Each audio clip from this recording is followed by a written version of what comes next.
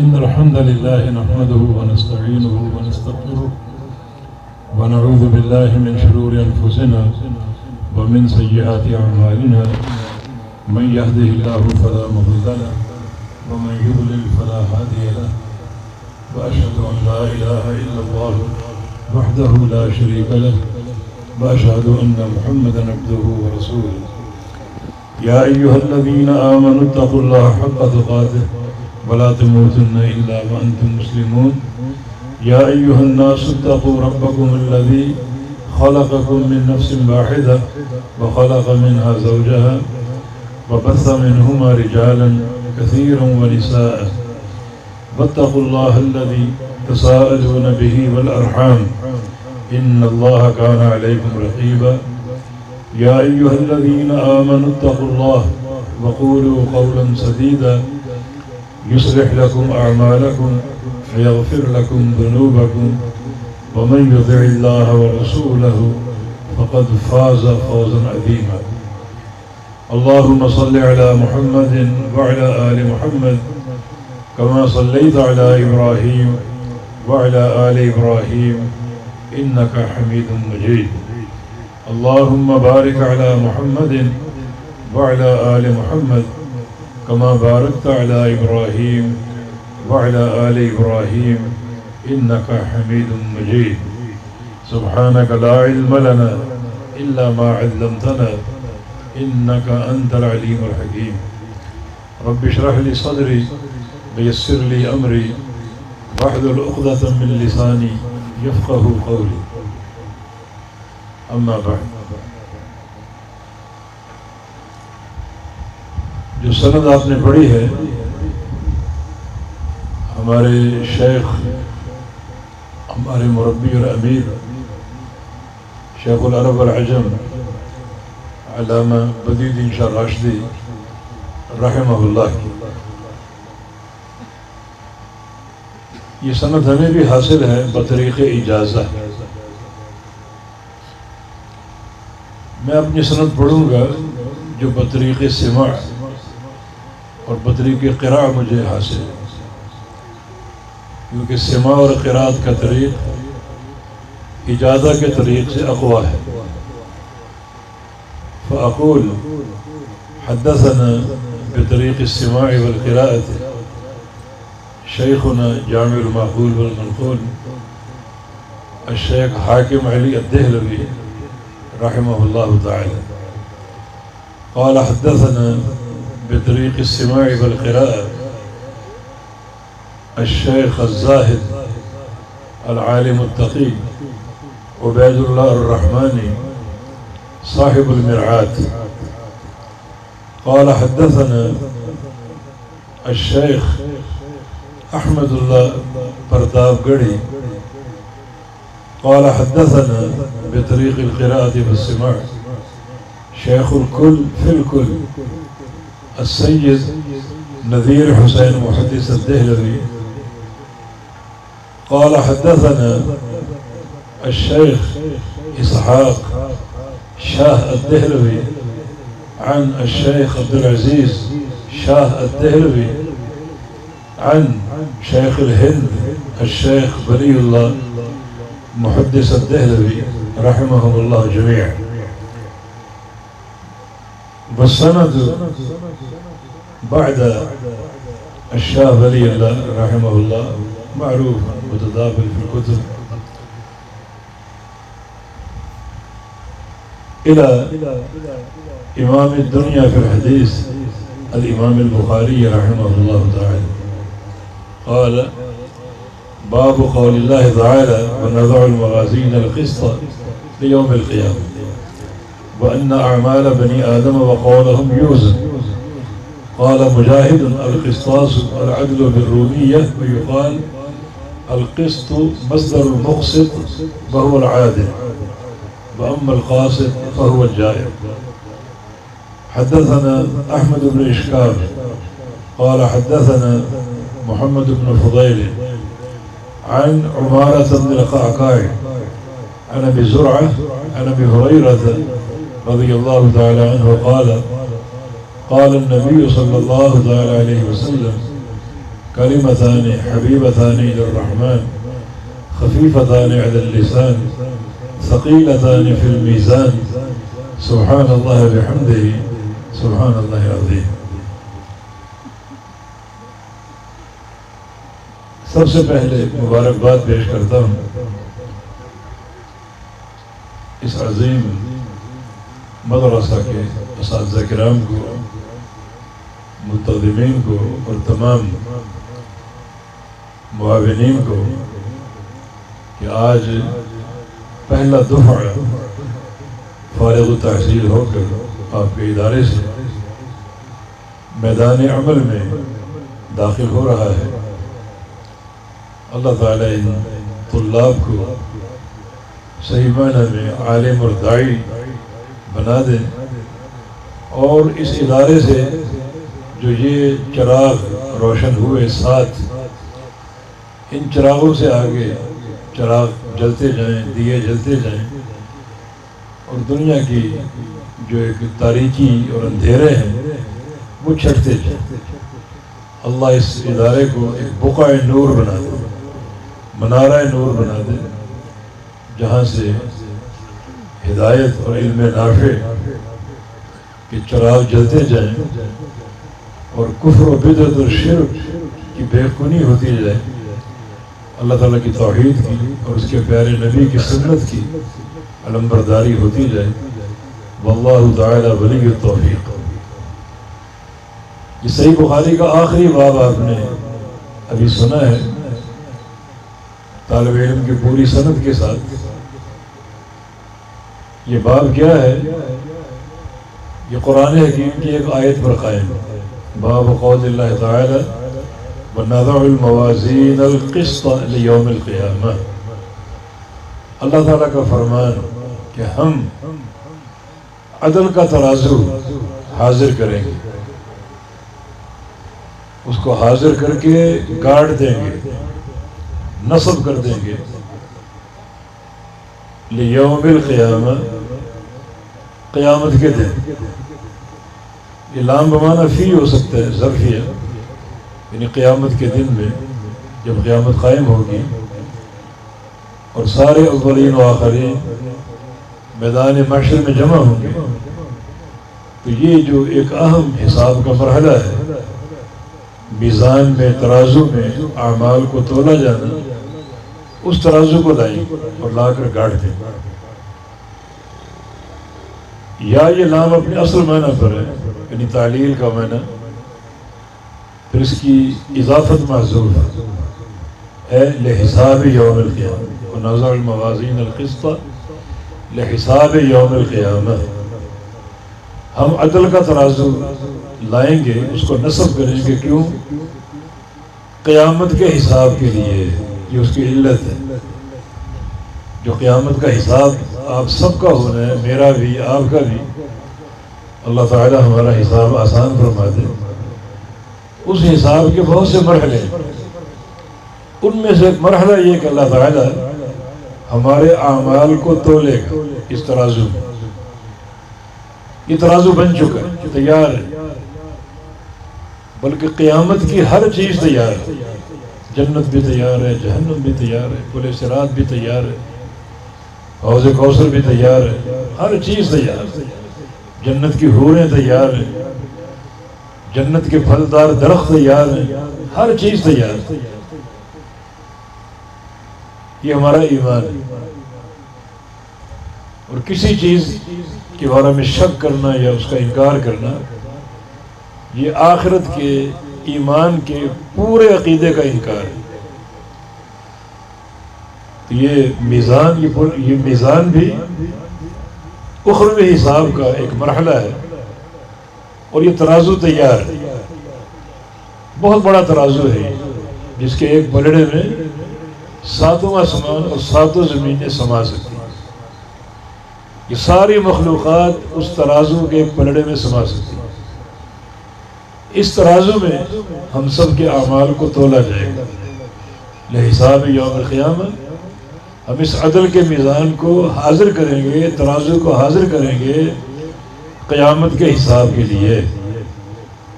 یہ صحیح بخاری کا آخری باب ہے، امام بخاری نے کیوں قائم کیا؟ دراصل صحیح بخاری کا تعارف آپ کو ہونا چاہیے. یہ وہ کتاب ہے جس کا پہلا موضوع نبی علیہ السلام کی احادیث ہے.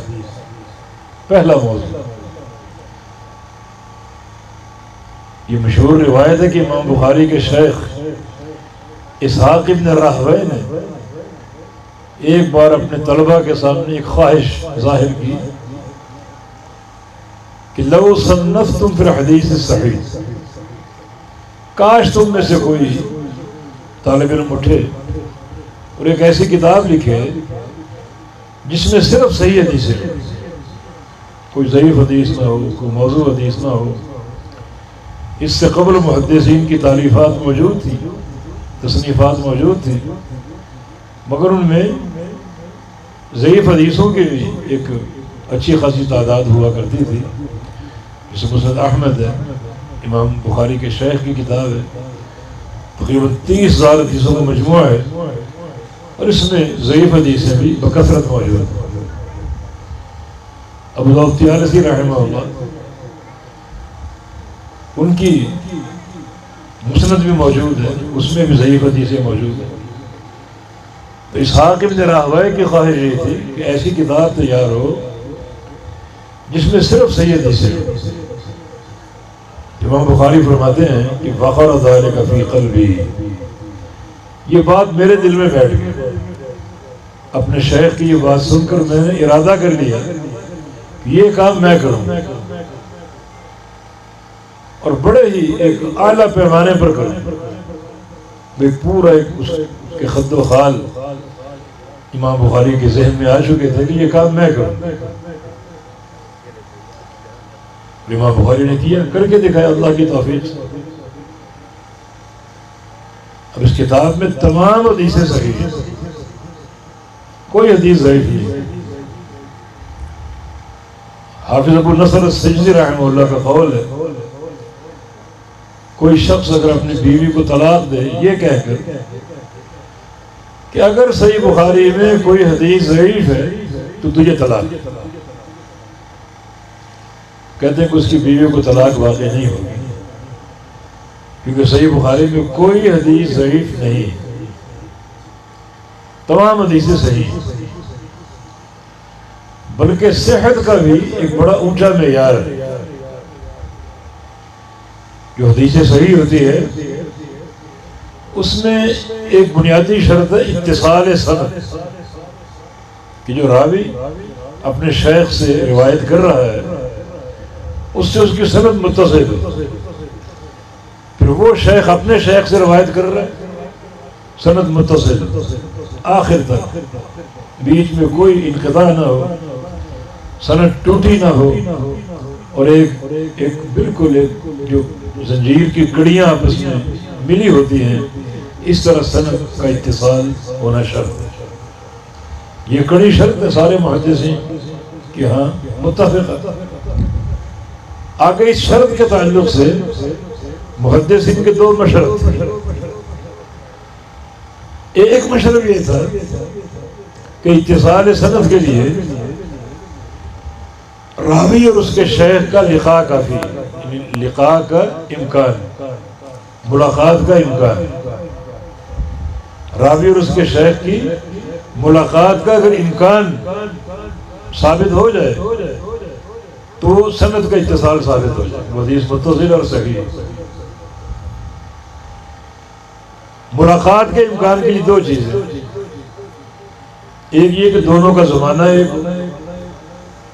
ایک زمانے میں دونوں موجود رہے ہوں، وہ 10 سال ہو، 20 سال ہو، 5 سال ہو، دونوں کا ایک زمانے میں رہنا ثابت ہے.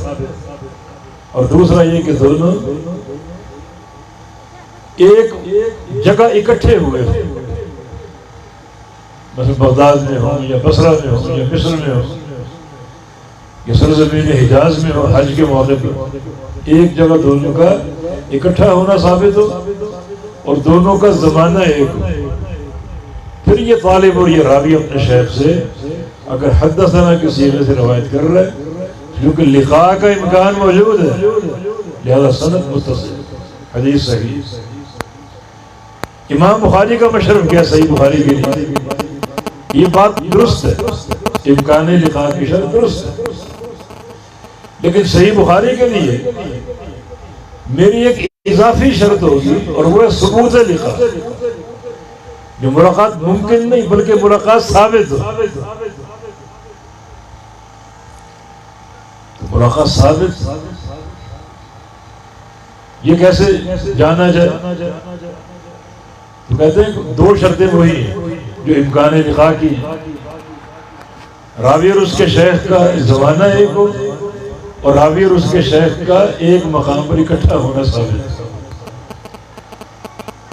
اور تیسری بات یہ ہے کہ وہ راوی اپنے شیخ سے کم از کم ایک بار حدثنا کے صیغے سے روایت کرے. یہ سماع میں صریح ہے. یہ بقیہ محدثین امکان لقاء کی صورت میں عن کی روایت کو کافی قرار دیتے ہیں. عن کافی بشرط کہ مدلس نہ ہو. امام بخاری فرماتے کہ نہیں، صحیح بخاری کے نہیں عن کافی نہیں ہے، مدلس ہو یا نہ ہو، ایک بار کم از کم حدثنا کے صیغے سے روایت کرتا ہو. حدثنا یا سمعت یا اخبرنا، جو سماع اور لقاء میں صریح بڑی کڑی شرط ہے.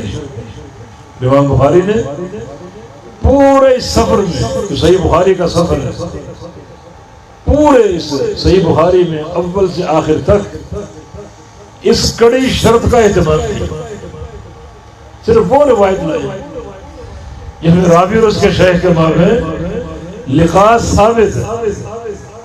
لقاء ثابت ہے. تو پھر یہ کتاب جو ہے یہ صحت کے بڑے اعلیٰ معیار ہے. یہ کتاب حدیث کی کتاب، اصل اس کا موضوع حدیث ہے، بلکہ حدیث صحیح ہے. مگر صحیح بخاری کا مزید تعارف یہ ہے کہ حدیث صحیح کے علاوہ اس کتاب کا موضوع ایک بڑا اہم، اور وہ ہے ردود. ردود کا معنی الرد علی الطوائف الضالہ المنحرفہ، کہ جو گمراہ فرقے ہیں اس دور میں پیدا ہو چکے ہیں، ان کا رد. جو گمراہ فرقے اپنا سر اٹھا رہے تھے، ان فرقوں کی تفنید، تاکہ حق خالص لوگوں کے سامنے آئے، ہر قسم کی ملاوٹ سے پاک ہو، ملحدین کے الحاد سے پاک ہو، اہل باطل کے باطل سے پاک ہو، نکھرا ہوا جو کتاب و سنت کا خالص علم ہے وہ پیش ہو. صحیح بخاری کا بڑا اہم موضوع ہے، اور طلبہ اس کی گواہی دیں گے کہ انہوں نے اپنے شیخ سے جو کتاب پڑھی، تقریباً ہر دوسرا باب کسی گمراہ فرقے کا رد ہے. ہر دوسرا باب تقریباً کسی نہ کسی گمراہ فرقے کی تفنید. اور یہ محدثین کا درہ امتیاز، انہوں نے حق پر اٹھنے والے جو حملے تھے ان حملوں سے کتاب و سنت کو پاک اور صاف کیا. اللہ تعالیٰ نے جس دور میں امام بخاری کو پیدا کیا وہ اس کی حکمت کا ایک جیتا جاگتا ثبوت ہے. کہ امام بخاری کے ایک شیخ ہیں قتیبہ بن سعید، ان کا ایک قول ہے کہ لو کان البخاری فی الصحابہ لکان علما، اگر امام بخاری صحابہ کے دور میں ہوتے تو علم ہوتے. علم کا معنی پہاڑ کی اونچی چوٹی ہوتی. چوٹی سے مراد یہ ہے کہ پہلے دور میں لوگ پہاڑوں کی چوٹیوں سے اپنے راستے معلوم کرتے تھے. تو اس دور میں امام بخاری رحمہ اللہ ایک رہنما کا کام کرتا ہے.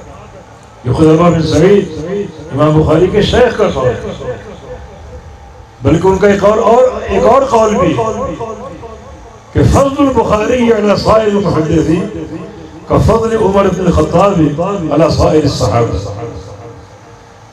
امام بخاری کی فوقیت اور فضیلت سارے محدثین پر ایسی ہے جیسے امیر المومنین عمر ابن خطاب کی فضیلت سارے صحابہ. اس سے کیا ذہن سامنے آیا کہ امام بخاری وہ عظیم شخصیت ہے جو اس بات کے پورے اہل تھے، لائق تھے کہ ان کو صحابہ کے دور میں پیدا کیا جاتا ہے. اس دور میں پیدا ہوتے تو ان کی زندگی ایک مثالی زندگی ہوتی، ایک علم ہوتا ہے. یہ ایک ذہن ان کے مشائخ کا سامنے آتا ہے. امام بخاری کے مشائخ بڑے معترف تھے. امام بخاری کے خزارت علمیہ کے علی بن مدینی جیسا شیخ. حالانکہ امام بخاری کا قول ہے کہ میں نے اپنے آپ کو مستصغرت نفسی الا عند علی، میں نے اپنے آپ کو اگر چھوٹا محسوس کیا ہے تو علی بن مدینی کے آگے کیا. اگر چھوٹا محسوس مانو وہ علم کے ایک استاد تھے، بڑے قوی محدث تھے. اور علی بن مدینی امام بخاری جب موجود ہوتے اور وہ حدیث بیان کرتے تو بار بار امام بخاری کو دیکھتے کہ غلطی تو نہیں ہو رہی. یعنی شیخ کا کوئی ذہین طالب علم ہو تو اس کی زیادہ توجہ اسی پر ہوتی کہ میری بات میں، میری تقریر میں کوئی غلطی نہ ہو. بار بار امام بخاری کو دیکھا. اور علی بن مدینی کا اپنا قول بھی ہے کہ ما رأى مثل نفسه، بخاری نے اپنے جیسا کوئی محدث نہیں دیکھا. اپنی مثال آپ ہے. محمد بن سلام البیکندی رحمہ اللہ امام بخاری کے شیخ.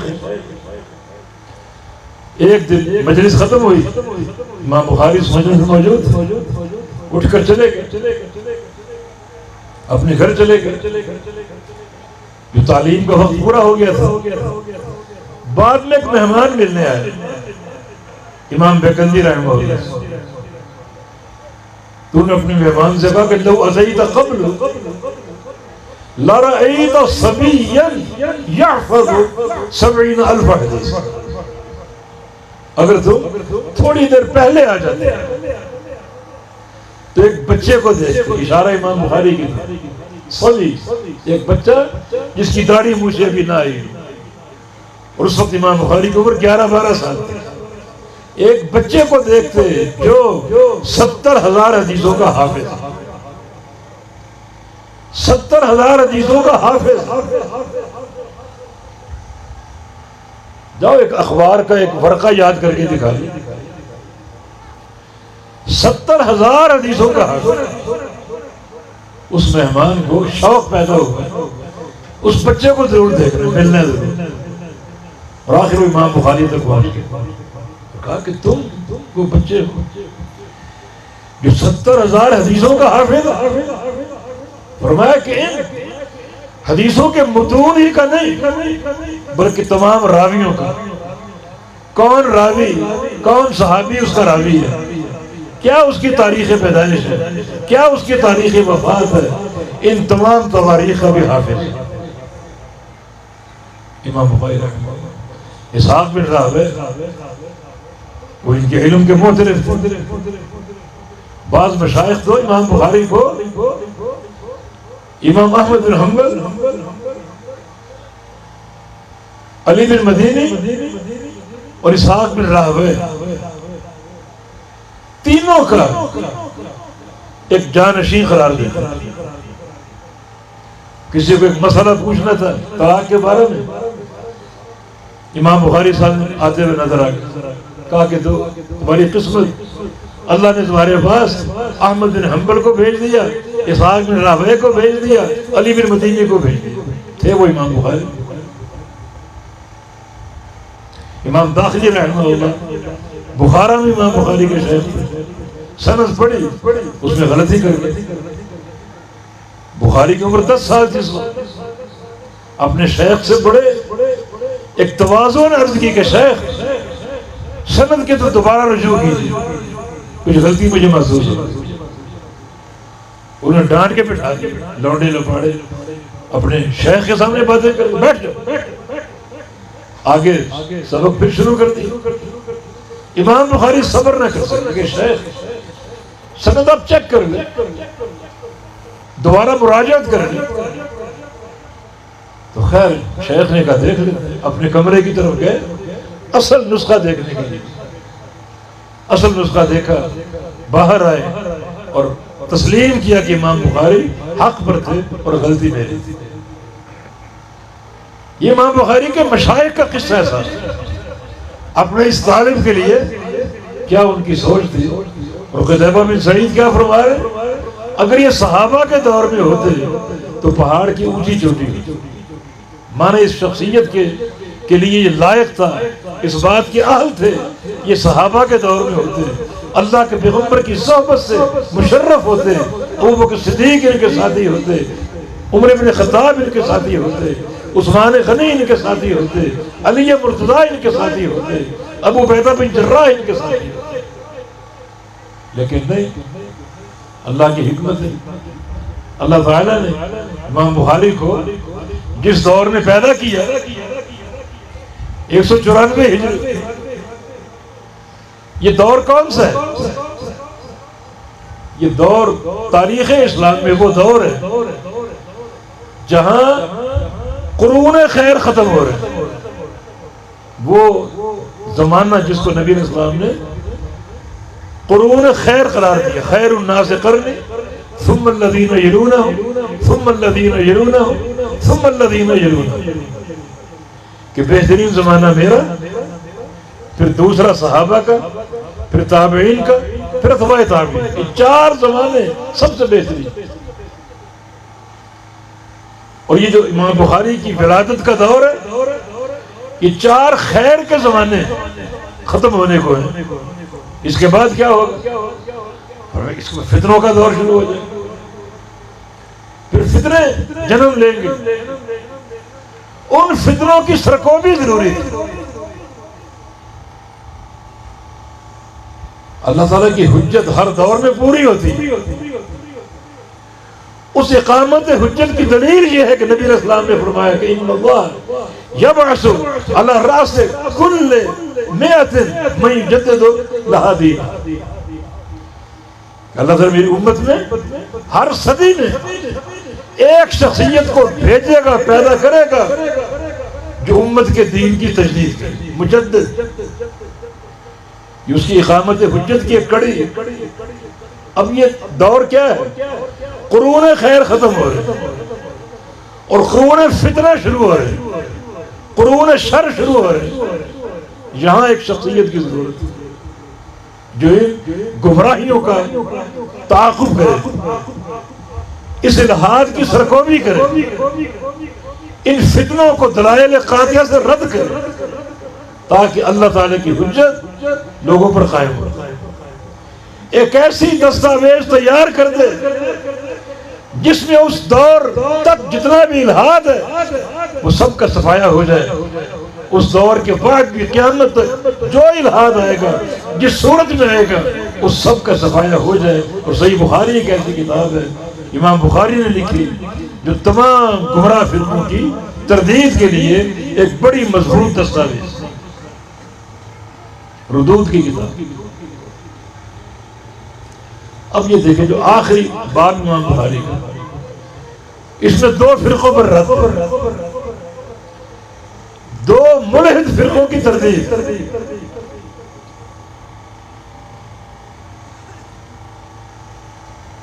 باب کیا پڑھا آپ نے؟ باب خوف اللہ تعالی ونضع الموازین القسط لیوم القیامہ. ہم قیامت کے حساب کے لیے عدل کا میزان قائم کریں گے، ترازو، عدل کا ترازو قائم کریں گے. یہ تم سب کے حساب کا ذکر ہے. ہر بندے کے فردن اعمال کو تولا جائے. بڑا یہ کڑا مرحلہ. اللہ تعالیٰ ہم سب کے حساب کو آسان کرے. فردن یہ ہر بندے نے حاضر ہونا ہے اپنے اعمال کو لے کر. ان اعمال کو ترازو میں ڈالا جائے. ایک پلڑا نیکیوں کا ہوگا، ایک گناہوں کا ہوگا، اور تولا جائے. تین قسم کے نتیجے ہیں. فَأَمَّا مَنْ ثَقُلَتْ مَوَازِينُهُ فَهُوَ فِي عِيشَةٍ رَاضِيَةٍ وَأَمَّا مَنْ خَفَّتْ مَوَازِينُهُ فَأُمُّهُ هَاوِيَةٌ وَمَا أَدْرَاكَ مَا هِيَ نَارٌ حَامِيَةٌ. یہ دو مرحلے. جس کی نیکیاں بھاری پڑ گئی وہ جنتی، جس کے گناہ بھاری پڑ گئے وہ جہنمی. کتنی بھاری، کتنے وزن کا فیصلہ. یہ بات بڑی ہیبتناک ہے. نیکیاں بھاری پڑ جائیں ایک ذرے کے برابر، ایک ذرے کے برابر. ذرہ جانتے ہو کیا ہوتا ہے؟ ذرہ وہ چیز ہے جس سے چھوٹی کوئی چیز نہ ہو، ایک ذرے کے برابر. نیکیاں بھاری پڑ گئی وہ جنت، جس کے گناہ بھاری پڑ گئے ایک ذرے کے برابر وہ جنت. غور کیا؟ ایسا میزان، ایسا ترازو جو ایک ذرے کے فرق کو ظاہر کرے. یہ دو نتیجے، نیکیاں بھاری ہوئی خواہ ذرے کے برابر ہو وہ فی عیشۃ راضیہ، جنتی، بڑی پسندیدہ زندگی. گناہ بھاری ہوئے خواہ ایک ذرے کے برابر جہنمی، نیکیاں ضائع. دو نتیجے. تیسرا ایک نتیجہ اور بھی ہے، اور وہ ہے کہ کچھ بندے ایسے آئیں گے جن کی نیکیاں اور گناہ برابر ہو. یہ میزان سے فیصلہ صادر نہیں ہوگا. جب تولا جائے گا تو گناہ اور نیکیاں بالکل برابر، کوئی فرق نہیں، ایک ذرے کا بھی فرق نہیں. یہ اصحاب الاعراف، نہ جنتی نہ جہنمی. ایک تیسرا ٹھکانہ ہے، نہ اس میں عذاب ہوگا نہ نعمتیں. انہیں ان کو گھیر کر وہاں کھڑا کر دیا. اصحاب الاعراف ایک عرصہ کھڑا رہیں گے، اس میں کھڑا رہیں گے. بالآخر اللہ کے حبیب محمد مصطفیٰ علیہ السلام ان کی شفاعت کی، اور اللہ اپنے نبی کی شفاعت کو قبول کر کے اصحاب الاعراف کو جنت کا داخلہ عطا فرمائے. یہ اس کی رحمت.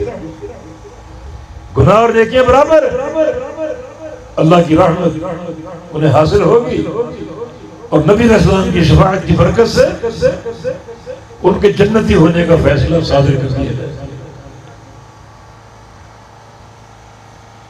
یہاں پھر توحید کی عظمت سامنے آتی، کیونکہ نبی علیہ السلام کی شفاعت جو ہے موحدین کے لیے، جس کی توحید میں خلل ہے وہ شفاعت کا مستحق نہیں.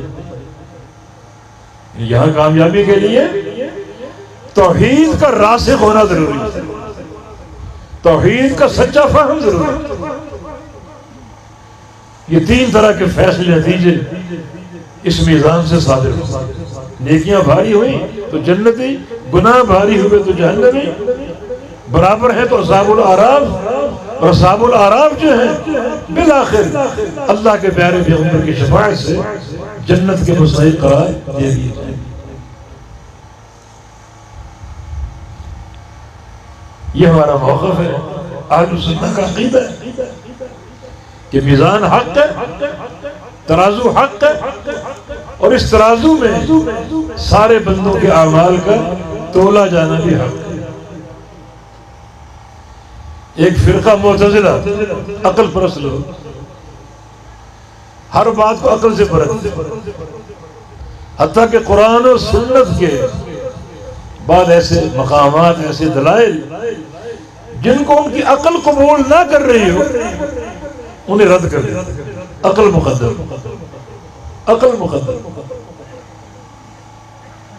جو بات عقل میں آئے گی قبول کریں، نہیں آئے گی رد کر دیں. اسی اپنی عقل کی بنا پر انہوں نے میزان کا انکار کر دیا. کوئی ترازو برازو نہیں، کوئی ترازو نہیں. عقل یہ بات نہیں مانتی کہ ترازو نماز کو تولے، ترازو حج کو تولے، روزے کو تولے. کیسے روزہ، نماز، حج ایک معنوی چیز جس کا جسم نہیں، اور ترازو وہ اشیاء تولتا ہے جن کا جسم۔ اپنے طور پر انہوں نے دنیا کی ہر شے کی ایک تقسیم کر رکھی، ہر شے یا تو جوہر ہے یا عرض یا جسم۔ جوہر کا معنی کیا ہے؟ جو قائم بذات ہی ہو، جس کو قائم ہونے کے لیے کسی سہارے کی ضرورت نہ ہو۔ عرض کا معنی کیا ہے؟ وہ معنوی شے جو قائم بذاتی نہ ہو سکے، جس کو سہارا چاہیے قائم ہونے کے لیے۔ اور جسم کا معنی کیا ہے؟ جسم اس عرض کو سہارا دے، اس عرض کو لے لیتا ہے جسم اور اس کو سہارا دیتا ہے، اور وہ عرض جسم پر قائم ہوتا ہے، جسم اس کو اٹھاتا ہے۔ کہتے ہیں اعمال آراز جسم نہیں، اور ترازو جسم کو تولتا ہے، عرض کو نہیں تولتا۔ آپ 1 کلو چینی لے کر آتے تو ترازو کیا تولتے ہیں؟ چینی کے دانے، چینی کی مٹھاس کو نہیں تولتے، مٹھاس عرض ہے اور وہ دانہ اس کا جسم ہے، اس دانے نے اس مٹھاس کو اٹھایا ہوا ہے۔ تو ترازو دانوں کو تولتے نہ کہ مٹھاس کو۔ تو مٹھاس آراز ہے، آراز کا تولا جانا ممکن نہیں۔ مانا انسان آراز کو نہیں تول سکتے کہ اللہ بھی نہیں تول سکتے۔ یہ ہے ان کی ایک نادان عقل اور اس کی معراج۔ وہ خالق کائنات کی قدرت کو انسان کی قدرت پر قیاس کرتے ہیں۔ انسان نہیں تول سکتا تو مانا نعوذ باللہ اللہ بھی نہیں تول سکتا۔ اللہ نے خبر دی، وَنَضَعُ الْمَوَازِينَ الْقِسْطَ لِيَوْمِ الْقِيَامَةِ، ہم قیامت کے حساب کے لیے عدل کا ترازو قائم کریں گے۔ اللہ نے خبر دی، اس کی خبر جھوٹی ہو سکتی؟ نعوذ باللہ وہ قادر نہیں تو خبر کیوں دی؟ ہم اعمال کو تولیں گے، ترازو میں اعمال کو تولیں گے۔ یہ اس غلطی کی بنیاد ہے، اللہ کی قدرت کو مخلوق کی قدرت پر قیاس کرتے ہیں۔ حالانکہ مخلوق میں ترقی کرتے کرتے ایک ایسے مقام پر پہنچ چکی ہے کہ وہ آراز کو تول سکتی ہے۔ ڈاکٹر کا تھرمامیٹر بخار کو تولتا ہے، 100 ڈگری ہے، 102 ہے، 99 ہے۔ حالانکہ بخار عرض ہے، بخار کا جسم نہیں، مگر بخار کو تولنے کے لیے ایک ترازو بن چکی۔ گاڑی کی رفتار کو تولنے کے لیے گاڑی میں ایک میٹر ہے جو آپ کو بتا رہے اس وقت رفتار جو وہ 100 ہے، 120 ہے، 90 ہے، 80 ہے، وہ رفتار کو تولنے کا ایک ترازو پیمانہ۔ حالانکہ رفتار بھی عرض ہے۔ اللہ کی حجت سر چڑھ کے بول رہی ہے کہ انسان کی قدرت میں یہ بات آ چکی کہ وہ آراز کو تول رہے ہیں، صرف اللہ کی توفیق۔ تو اس خالق کائنات کے اس مالک کی اپنی قدرت کیسی ہو؟ یہ خناس معتزلہ اور متکلمین کا، عقل پرست لوگوں کا، کہ انہوں نے بہت سے شرعی نصوص کو کا انکار کیا کہ ان کو عقل نہیں مانتے۔ تیری عقل ایسی تیسی، تیری عقل، تو چیز کیا ہے؟ تیرا آغاز ایک گندا قطرہ ہے پانی کا، یہ تیری بنیاد ہے، اور تیرا انجام کیا ہے؟ قبر میں داخل ہوگا اپنی ساری غلاظتوں کے ساتھ مٹی کا ڈھیر بن جائے گا، غلاظت کا ڈھیر۔ قبر کھدے کی تو تحفظ پھوٹ رہا ہے۔ یہ تیرا آغاز ہے، یہ تیرا انجام ہے، اور تو رب کی قدرت میں کلام کر رہا ہے، رب تعالیٰ کی قدرت کو چیلنج کر رہے ہیں۔ نہیں میرے دوست اور بھائیوں، اصل بات یہ کہ اللہ تعالیٰ ہر شے پر قادر ہے۔ ہمارا عقیدہ کیا ہونا چاہیے؟ اخروی میزان حق ہے، اور اللہ اس میزان میں اعمال کو تولنے پر قادر. اللہ تعالیٰ 3 چیزیں تولے گا. ایک عمل ہے جو بقول تمہارے عرض ہے، دوسرا اعمال کے صحیفے، وہ تو جسم ہے جو فرشتوں نے صحیفے لکھے، دائیں طرف نیکیاں لکھ رہا ہے، بائیں طرف گناہ لکھ رہا ہے، صحیفے تیار ہو رہے ہیں. اللہ تعالیٰ قیامت کے دن اقامت حجت کے لیے ان صحیفوں کو بھی تولے گا. اور تیسرا عمل کرنے والے، نیکیاں ہوں گناہ ہوں، اللہ تعالیٰ عمل کرنے والے کو بھی اس کی اعمال سمیت ترازو میں ڈال کے تولے گا. یہ تو جسم ہے. پھر میزان کا انکار کیا، میزان میں اللہ تعالیٰ اعراض کو بھی تولے گا، اجسام کو بھی تولے گا، تو پھر میزان کا انکار کیا کس بنا پر؟ امام بخاری رحمہ اللہ نے حجت قائم کر دی اللہ کا فرمان پیش کر کے کہ اللہ فرماتا ہے وَنَضَعُ الْمَوَازِينَ الْقِسْطَ لِيَوْمِ الْقِيَامَةِ، ہم قیامت کے حساب کے لیے عدل کا ترازو لائیں گے، حاضر کریں گے، نصب کریں گے اور اس میں بندوں کے اعمال کو تولیں گے. ہمارا اس پر ہی لہذا فرمایا وَأَنَّ أَعْمَالَ بَنِي آدَمَ وَأَقْوَالَهُمْ تُوزَنُ، یہ وَأَنَّ أَعْمَالَ بَنِي آدَمَ وَقَوْلَهُمْ يُوزَنُ. بنو آدم کے سارے اعمال اور سارے اقوال تولے جائیں. اعمال کا تعلق جسم کے اعضاء سے، سجدہ ہے، رکوع ہے، قیام ہے، اس میں جسم شریک ہو رہا ہے، یہ اعمال ہے. حج ہے، عمرہ ہے، جہاد ہے. اور اقوال سے تعلق وہ اعمال جن کا تعلق زبان سے. اعمال کی 2 قسمیں، ایک عمل اعضاء کا اور ایک عمل قلبی.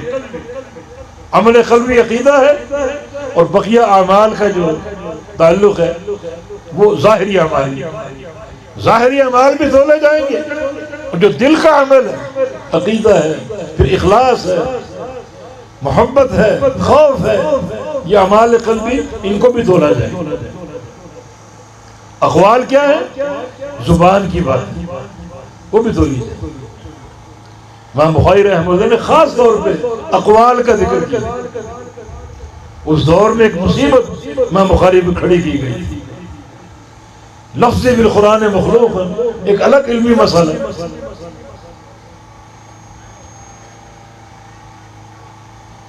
امام بخاری نے جو صحیح موقف بیان کیا، میرا قرآن پڑھنا مخلوق ہے، میرا عمل ہے وہ مخلوق ہے. قرآن اللہ کی صفت ہے، مخلوق نہیں. لیکن جب میں پڑھوں گا میرا عمل مخلوق ہے. خلق و افعال امام بخاری کا رسالہ بھی بڑے اس میں محکم دلائل اس موقف پر. تو پڑھنا میرا عمل ہے. اس پر امام بخاری پر ایک قیامت کھڑی کر دی گئی کہ امام بخاری نے نعوذ باللہ قرآن کو مخلوق ہے.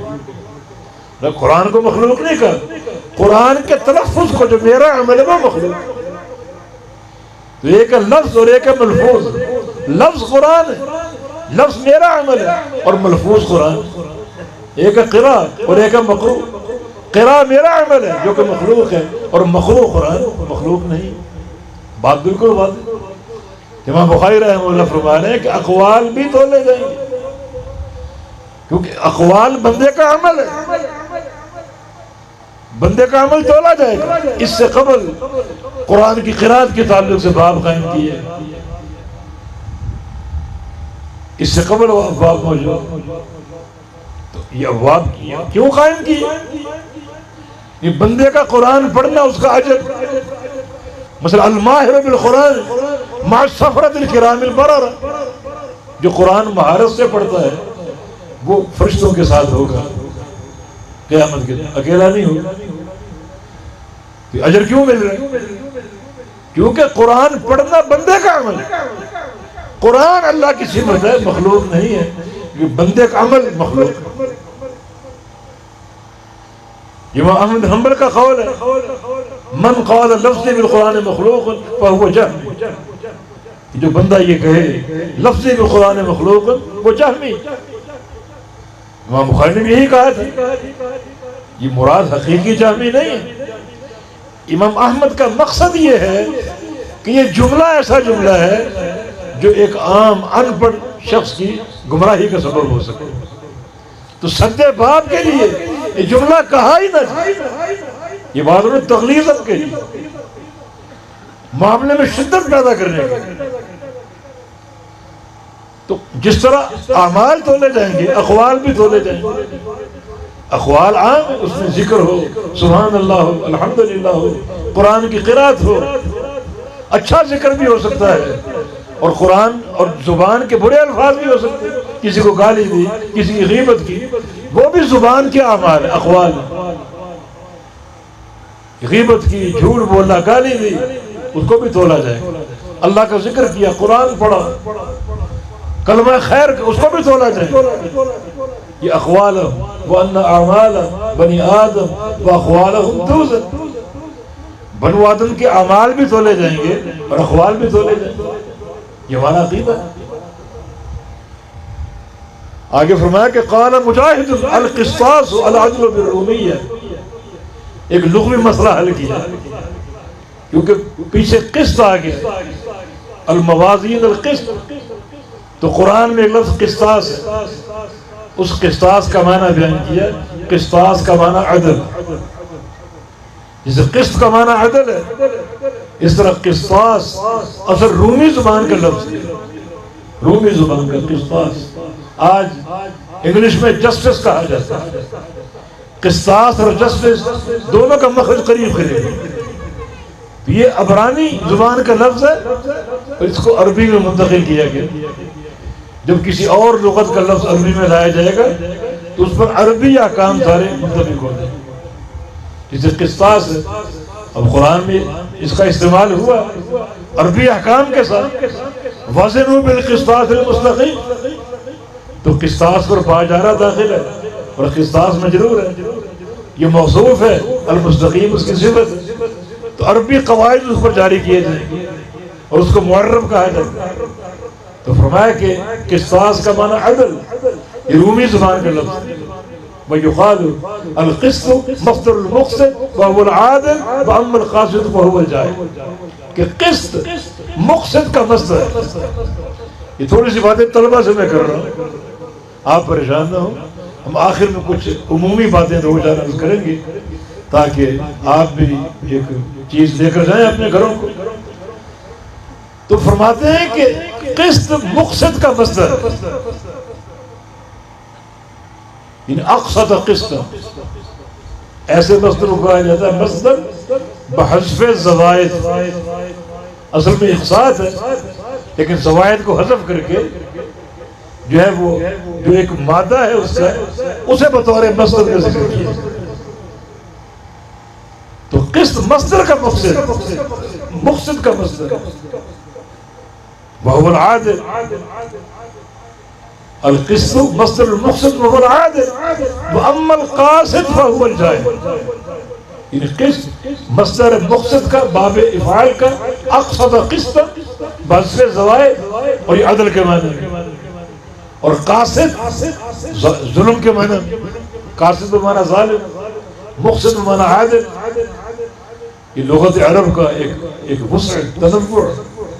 مادہ ایک ہی ہے قاف سین طا. یہ مادہ اگر ثلاثی کے ابواب میں ہو تو ظلم کے معنی میں، اور اگر رباعی کے ابواب میں ثلاثی مزید فی کے ابواب میں عدل کے معنی. حالانکہ مادہ ایک ہی. یہ لغت عرب میں جب داخل ہوں گے بڑے عجائب آپ کو نظر آئیں گے، بڑے عجائب. ہمارے شیخ العرب العجم نے ایک کتاب لکھی ہے، لائبریری میں موجود، ہم نے دیکھی. اس میں کلمہ عجوز کے 80 معنی بیان کیے. عجوز لفظ ایک ہی لفظ 80 معنی اس کے لغت عرب سے بیان کیے. صرف معنی بیان نہیں کیے بلکہ ان معنی کو جملوں میں ذکر کیا. جملوں ان عرب لوگ بھی آ کر اس کتاب کو دیکھتے ہیں، کہتے ہیں ہمارے پلے نہیں پڑ رہی. ایسا شیخ کا عقیدے پر کتاب لکھی بغیر نقطوں کی. یعنی وہ الفاظ استعمال کیے جن میں نقطے نہیں. مثلا ضرب اس میں نقطہ ہے، ذات پر بھی با پر بھی، اس کی جگہ لاتا میں بغیر نقطے کے، تو وہ الفاظ استعمال کیے جو نقطوں کے بغیر، اور اس میں بھی وہ الفاظ ہیں کہ عرب طلبہ بھی لغت کی کتابیں لے کر بیٹھتے اور ان کے پلے نہ پڑتے، عربی کی وسعت۔ اب قاصد ہے بمعنی ظالم، مقصد ہے بمعنی عادل، اور اس کی وجہ یہ قاصدہ جو ہے ثلاثی مجرد کا باب، اور ثلاثی مجرد کی جو خاصیت ہے وہ سلم ماخذ جو کہ ظلم ہے، اور اقسط ثلاثی مزید کا باب افعال، اور اس کی خاصیت اعطاء ماخذ ہے جو کہ عدل۔ آپ نے ایک چیز کسی کو دی، اس کا حق اس کو دے دیا، وہ عدل ہے، حق چھین لیا وہ ظلم ہے۔ تو قاصد کا معنی اخذ قسطہ، اور اقصد کا معنی اعطاہ قسطہ، وہ ظلم اور یہ عدل۔ یہ ایک لغوی ایک الجھن امام بخاری نے حل کی، وَأَمَّا الْقَاسِطُونَ فَكَانُوا فِي جَهَنَّمَ حَطَبًا، اور المقسطین جو ہے المقسطون علی منابر من نور عن یمین الرحمن یوم القیامہ۔ تو قاصد ظالم کے معنی میں، مقسط عادل کے معنی میں۔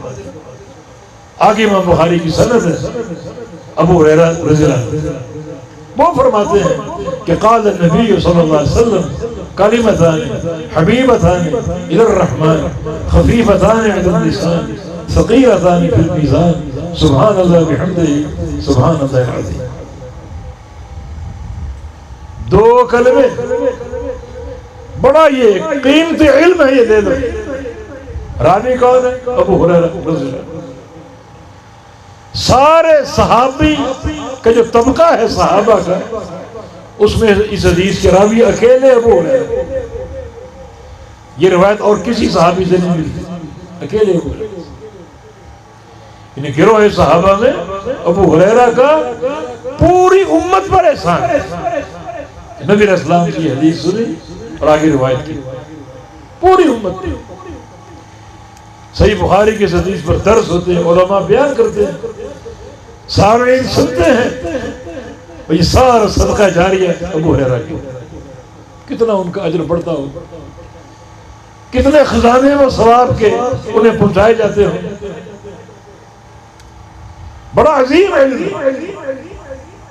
تبھی تو نبی علیہ السلام نے ابو ہریرہ کو ایک دعا دی تھی۔ ایک بار سامنے نظر آئے، فرمایا کہ اللہم احب عبدک ھذا وامہ واحببہما الی عبادک المؤمنین۔ یا اللہ، یہ تیرا بندہ ابو ہریرہ، اس سے تو محبت فرما، اور اس کی والدہ سے بھی محبت فرما، اور ان دونوں کو اپنے مومن بندوں کا محبوب بنا۔ قیامت تک جو بندے مومن ہیں ان کے دل بھی ابو ہریرہ کی محبت سے بھر گئے۔ ابو ہریرہ وہ عظیم صحابی جن کی محبت ایمان کو پرکھنے کا پیمانہ بن گیا۔ جس دل میں ابو ہریرہ کی محبت ہے وہ مومن ہے، اور جس دل میں ابو ہریرہ کی محبت کے حوالے سے شکوک و شبہات ہیں، تحفظات ہیں، وہ اپنے ایمان کا جائزہ لے، اپنے ایمان کو چیک کرے، اس کا ایمان مشہور۔ یہ حدیث بحمداللہ ایک سند ہے، صداقت کی سند، حقانیت کی سند۔ کس کے لیے؟ جماعت اہل حدیث کی۔ دنیا کے تمام گروہوں میں سب سے زیادہ ابو ہریرہ سے محبت کرنے والے اور پیار کرنے والے اہل الحدیث۔ باقی سب کے نظریات میں آپ کو کیڑے نظر آئے۔ ہلکی سے ہلکی بات کیا ہے؟ ابو ہریرہ غیر فقیہ، فقیہ نہیں۔ عجیب، 5500 سے زائد حدیثوں کا حافظ اور راوی، فقیہ نہیں۔ فقہ کس چیز کا نہیں؟ فقہ ایک نور ہے جو کتاب و سنت سے ٹپک سے حاصل ہوتا ہے۔ جس کے سینے میں ہزاروں حدیثیں ہوں وہ فقیہ نہیں ہے۔ کتنا بڑا لطیفہ ہے اس کا۔ فقیہ کون ہے؟ فقیہ ہمارے امام صاحب کیسے؟ اتنے بڑے فقیہ ہیں وہ، اپنے علم کے زور سے لکڑی کے اس ستون کو وہ سونے کا ثابت کر سکتے. یہ فقہ ہے. جھوٹ بولنا فقہ ہے. لکڑی کی چیز کو سونے کا ثابت کرنا یہ فقہ ہے. فقہ ہے جھوٹ کا نام، ستون لکڑی کا، اور آپ دلائل دے رہے ہیں کہ یہ سونے کا. یہ جھوٹ، اس کو فقاہت کہہ رہے ہیں.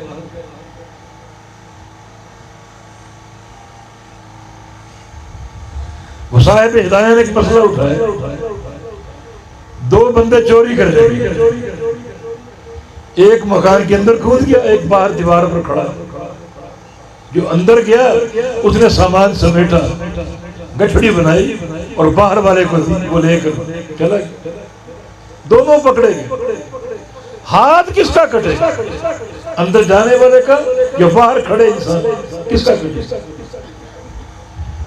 فقیہ کا جواب یہ ہے دونوں میں سے کسی کا. حاشیے میں اس کی علت دی ہے، سبب کہ دونوں میں سے کسی کا ہاتھ کیوں نہیں کٹے گا؟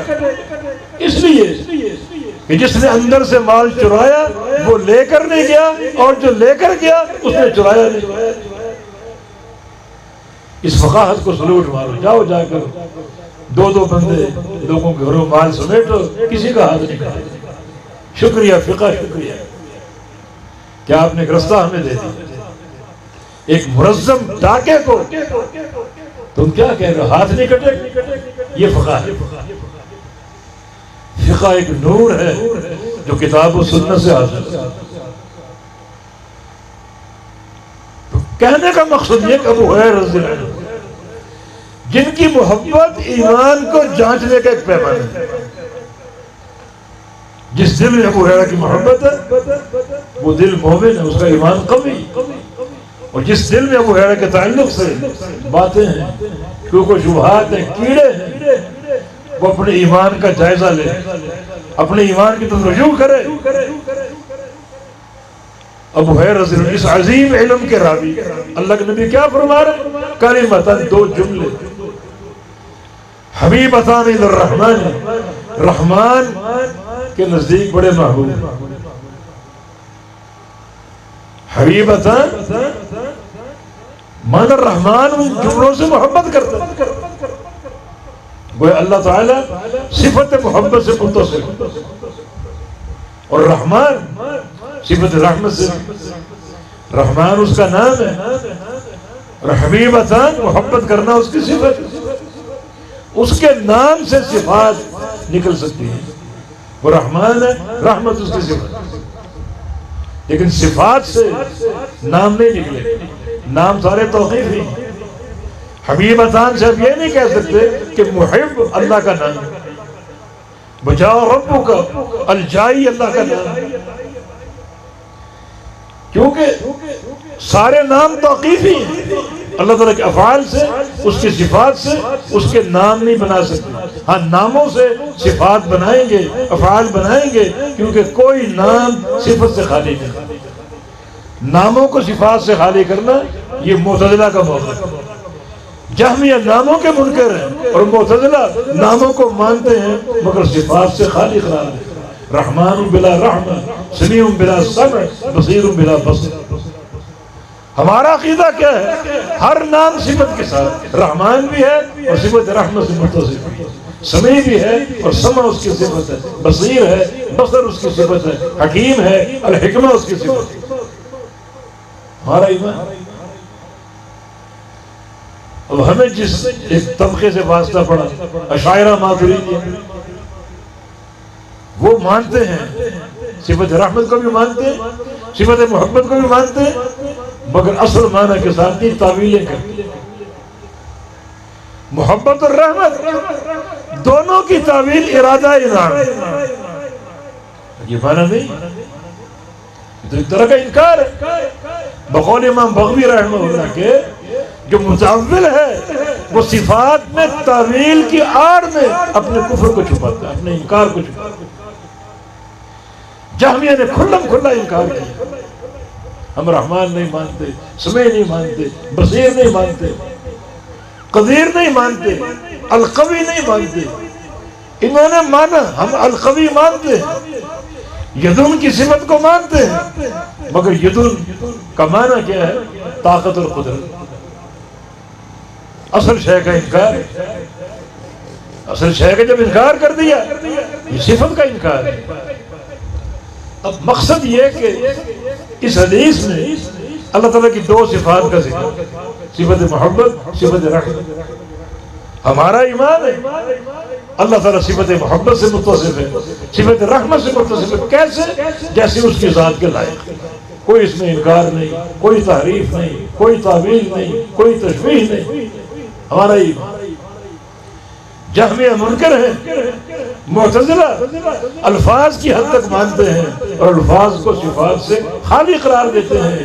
اور اشاعرہ ماتریدیہ الفاظ کو مانتے ہیں لیکن معنی اپنی مرضی کا.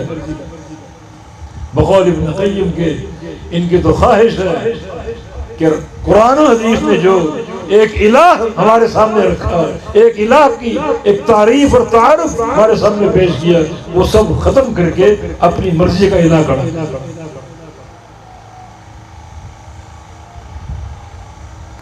یہود کے نقش قدم کے پیرو.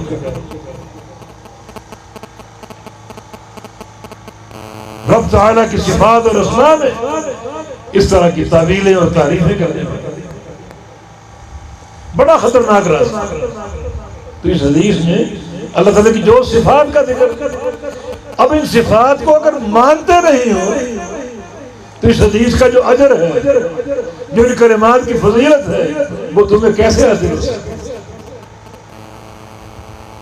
ایک شخص مانتا ہی نہیں قیامت کے روز اللہ کے دیدار، اللہ کے چہرے کا دیدار حق ہے، لیکن ایک شخص کہتا ہے میں نہیں مانتا، تو کیا اس کو اللہ تعالیٰ کے چہرہ مبارک کا دیدار ہوگا؟ ایک شخص صفت محبت میں تعویلیں کر کے اس کی روح کو مسخ کرتا ہے، وہ اللہ کی محبت کا مستحق ہوگا؟ صفت رحمت کو قبول نہیں کرتا، اس کا مرضی کا معنی بیان کر کے اس کی حقیقت کو مسخ کرتا ہے، وہ اللہ تعالیٰ کی رحمت کا مستحق ہوگا؟ بڑی یہ قابل غور ہے. یہ سب بشارتیں ہیں اہل الحدیث کے لیے جن کے عقیدے میں کوئی تحریف نہیں، کوئی تعویل نہیں، کوئی انکار نہیں. یہ تعویلوں کا راستہ بڑا خطرناک راستہ، بڑا خطرناک. علامہ ابن قیم رحمہ اللہ نے لَتَتَّبِعُنَّ سَنَنَ مَنْ كَانَ قَبْلَكُمْ حَذْوَ النَّعْلِ بِالنَّعْلِ. اس امت کے لوگ یہودیوں کو، عیسائیوں کی ہو بہو پیروی کریں. اسماء و صفات کے باب میں ابن قیم نے ہو بہو پیروی کی مثال ایک پیش کی. لام الیہود و نون الاشاعرہ فی کلام الرحمن زائدتان. یہودیوں کا لام، اشاعرہ کا نون کلام الرحمن میں زائد ہے. ان کا کلام الرحمن میں کوئی ذکر نہیں. یہودیوں کا نون کیا ہے؟ اللہ نے کہا قولوا حطہ، حطہ کہہ کر داخل ہو. انہوں نے کہا حنطہ، حطہ میں نون کا اضافہ کر دیا. یہ کلام الرحمن میں زائد ہے. اس امت کے لوگ بھی منہج یہود کے ہو بہو پیروی کرنے والے، انہوں نے بھی کلام الرحمن میں ایک لفظ کو بڑھایا. اللہ نے فرمایا الرحمن علی العرش استویٰ.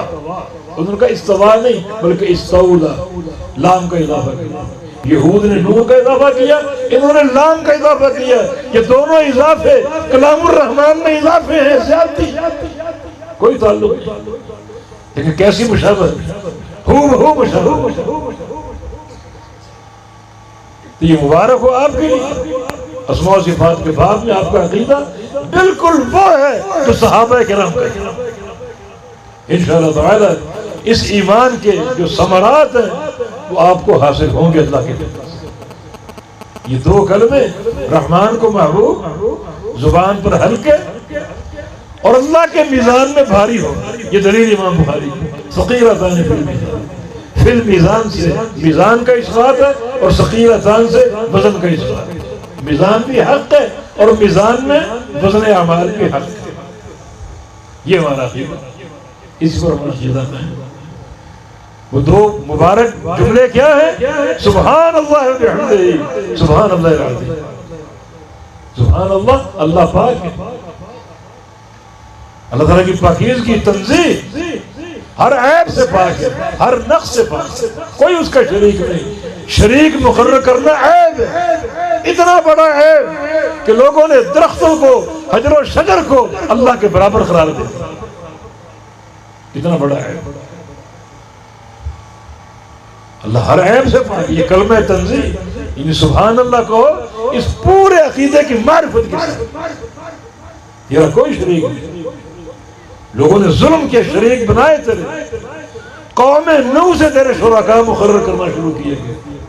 ہر نبی کے دور میں لوگوں نے علیحدہ بت اختراع کیے، حتیٰ کہ آخری نبی کی دعوت میں قوم کفار نے اپنے معبودوں کو پیش کیا۔ بیت اللہ میں، خانہ کعبہ میں 360 بت تھے، ہر گھر میں بت تھے، پہاڑوں کی چوٹیوں پر بت تھے، لیکن آپ سبحان اللہ کہیں کہ یا اللہ میں ان سب کا انکار کرتا ہوں، تو پاک ہے۔ آج تک جو شرک ہوا میں اس کا انکار کرتا ہوں، قیامت تک جو شرک ہوگا میں اس کا انکار کرتا ہوں۔ سبحان اللہ اس نیت سے کہو،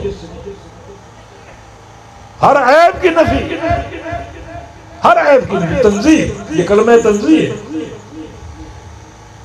جو ملحد فرقے ہیں انہوں نے تنزیہ کا راستہ اپنایا، لیکن تنزیہ کرتے کرتے تعطیل تک پہنچے، ساری صفات کا انکار کر بیٹھے تشبیہ کے مادی سے۔ ہم تنزیہ بلا تعطیل، تنزیہ ہے بغیر تعطیل، اس کا معنی یہ کہ اللہ تعالیٰ پاک ہے، صفات نقص ہے، لیکن جو صفات کمال ہے ان کا وہ حقدار ہے، تعطیل نہیں، ان پر ہمارا ایمان ہے۔ آگے اس بات بلا تشبیہ، ساری صفات ثابت ہے، حق ہے، جو قرآن نے بیان کی، حدیث نے بیان کی، رحمان ہے، حی ہے، قیوم ہے، سمیع ہے، بصیر ہے، ہمارا ایمان ہے۔ اور ساتھ ساتھ یہ بھی ایمان ہے کہ ان میں کسی صفت میں اللہ تعالیٰ مخلوق کے مشابہ نہیں۔ نکھرا ہوا عقیدہ ہے، بڑا ٹھوس اور صاف ستھرا عقیدہ، اس پر ایمان ہو تو سبحان اللہ بحمدہ، سبحان اللہ میں تنزیہ بلا تعطیل، لیس کمثلہ شیء، وبحمدہ میں اثبات بلا تشبیہ، وہو السمیع البصیر، دونوں جملے باہم لازم ملزوم۔ لیس کمثلہ شیء کا تعلق وہو السمیع البصیر سے ہے، اور وہو السمیع البصیر کا تعلق لیس کمثلہ شیء سے ہے۔ سبحان اللہ کا تعلق وبحمدہ سے ہے، وبحمدہ کا تعلق سبحان اللہ سے۔ اس کی صفات کا اثبات ہو، اس کے ناموں کا اثبات ہو، اس کے افعال کا اثبات ہو، کسی تشبیہ کے بغیر، کسی تعبیر کے بغیر۔ وہ جو صفات نقص ہیں اس سے وہ پاک ہے، تعطیل کے بغیر۔ تنزیہ کرتے کرتے تعطیل کے بعد میں داخل نہیں ہو، یہ ہمارے عقیدے کا نچوڑ ہے، اس کو اختیار کرو۔ خوب اس کی تصویر بیان کی، وَإِن مِّن شَيْءٍ إِلَّا يُسَبِّحُ بِحَمْدِهِ، کیا اس کی تصویر ہو رہی ہے، ہر شے اس کی تصویر کر رہی ہے۔ اندازہ کرو کتنی تصویر ہو رہی ہے۔